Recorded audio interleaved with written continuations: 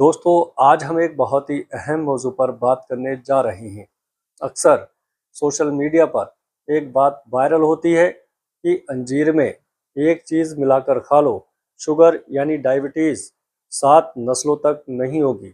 سب سے پہلے یہ سمجھ لینا ضروری ہے کہ اس طرح کا دعویٰ اسلام یا میڈیکل سائنس دونوں کے اعتبار سے پوری طرح ثابت نہیں ہے۔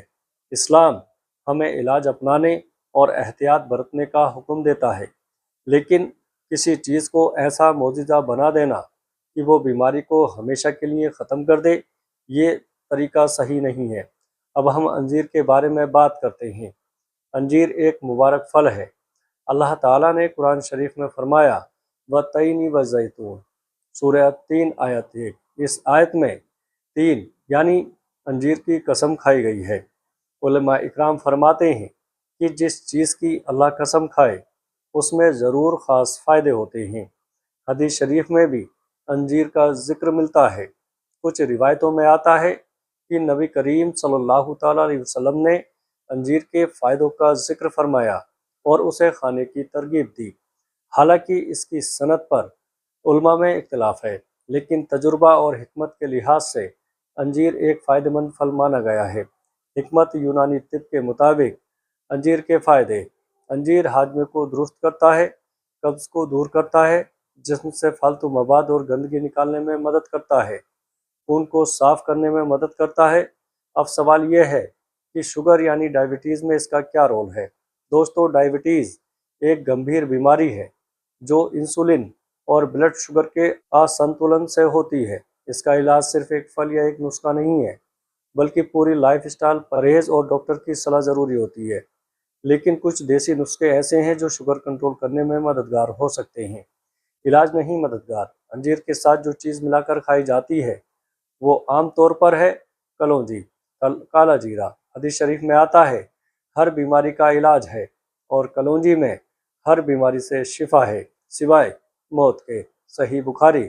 علماء اہل سنت جیسے امام احمد رضا خان فاضل بریلوی رحمۃ اللہ علیہ نے بھی طبی نسخوں میں کلونجی کے فائدوں کا ذکر کیا ہے۔ اب طریقہ کیا ہے؟ رات کو 2 سوکھی انجیر پانی میں بھگو دیں، صبح خالی پیٹ کھائیں۔ اس کے ساتھ آدھا چمچ پسی ہوئی کلونجی لیں۔ یہ نسخہ شریر کو طاقت دیتا ہے، ہاضمہ سدھارتا ہے اور کچھ معاملوں میں بلڈ شوگر کنٹرول کرنے میں مدد کر سکتا ہے۔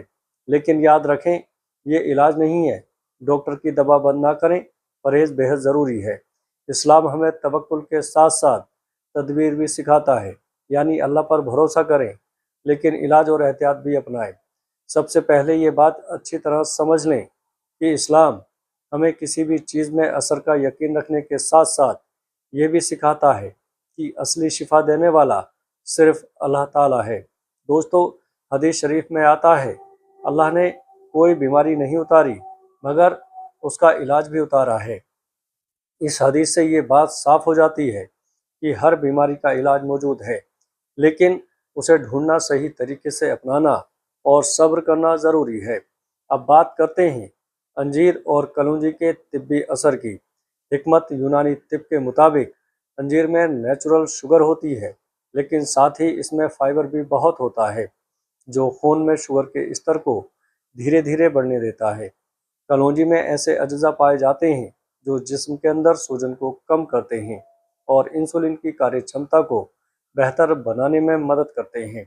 مگر یہ سمجھنا ضروری ہے کہ اگر کوئی شخص بہت زیادہ میٹھا کھاتا ہے، چلنا پھرنا کم ہے، وزن زیادہ ہے، تو صرف انجیر اور کلونجی کھانے سے شوگر ختم نہیں ہوگی۔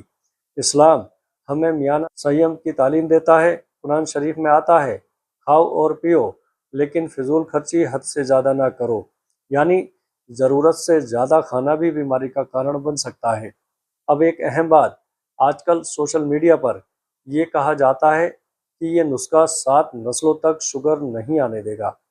اس طرح کے دعوے اسلام کی تعلیمات کے خلاف ہیں، کیونکہ بیماری اور صحت دونوں اللہ کے ہاتھ میں ہیں۔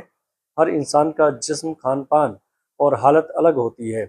کسی ایک نسخے کو ہمیشہ کے لیے گارنٹی بنا دینا غلط ہے۔ اہل سنت کے بزرگوں نے ہمیشہ یہ سکھایا ہے کہ علاج کو سبب سمجھو، مسبب یعنی اصلی اثر دینے والا اللہ ہے۔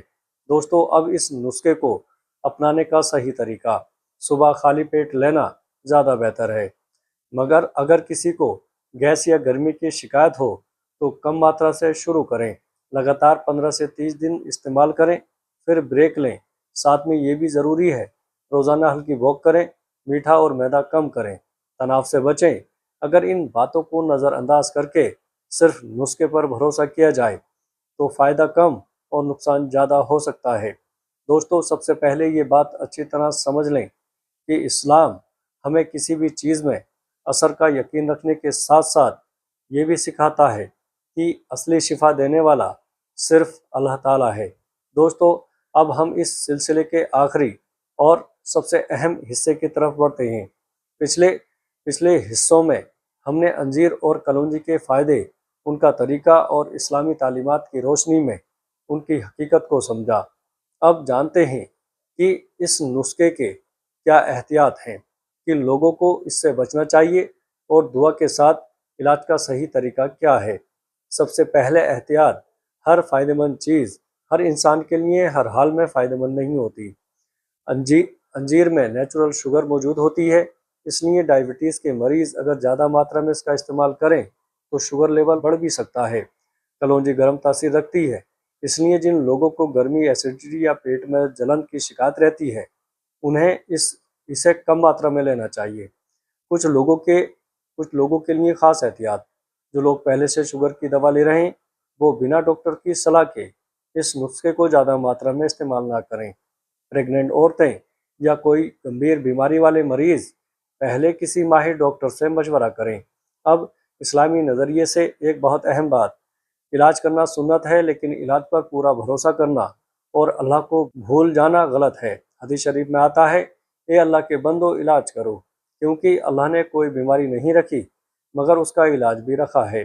لیکن اس کے ساتھ یہ بھی یاد رکھیں کہ شفا دینے والا صرف اللہ ہے، دوا صرف ایک ذریعہ ہے۔ اہل سنت کے بزرگوں کا طریقہ یہی رہا ہے کہ دوا بھی لیتے تھے اور دعا بھی کرتے تھے۔ اب ایک بہت اہم غلط فہمی کو دور کرتے ہیں، 7 نسلوں تک شوگر نہیں ہوگی، یہ بات نہ قرآن میں ہے، نہ صحیح حدیث میں، اور نہ ہی کسی معتبر سنی کتاب میں اس طرح کا دعویٰ ملتا ہے، اس لیے ایسی باتوں کو آنکھ بند کر کے مان لینا صحیح نہیں ہے۔ اب دعا کا پہلو، جب بھی آپ کوئی علاج کریں تو یہ دعا ضرور پڑھیں، اے لوگوں کے رب، بیماری کو دور کر دے، تو ہی شفا دینے والا ہے، تیری شفا کے سوا کوئی شفا نہیں، ایسی شفا دے جو کسی بیماری کو باقی نہ چھوڑے۔ یاد رکھیں تندرستی ایک بڑی نعمت ہے، اس کی حفاظت کرنا ہماری ذمہ داری ہے۔ علاج کے ساتھ پرہیز، ایکسرسائز اور دعا، یہ تینوں ضروری ہے۔ اگر آپ ان تینوں چیزوں کو اپناتے ہیں تو انشاءاللہ بہتر نتیجے ملیں گے۔ اللہ تعالی ہم سب کو صحت مند زندگی عطا فرمائے اور ہر بیماری سے محفوظ رکھے۔ السلام علیکم ورحمۃ اللہ وبرکاتہ۔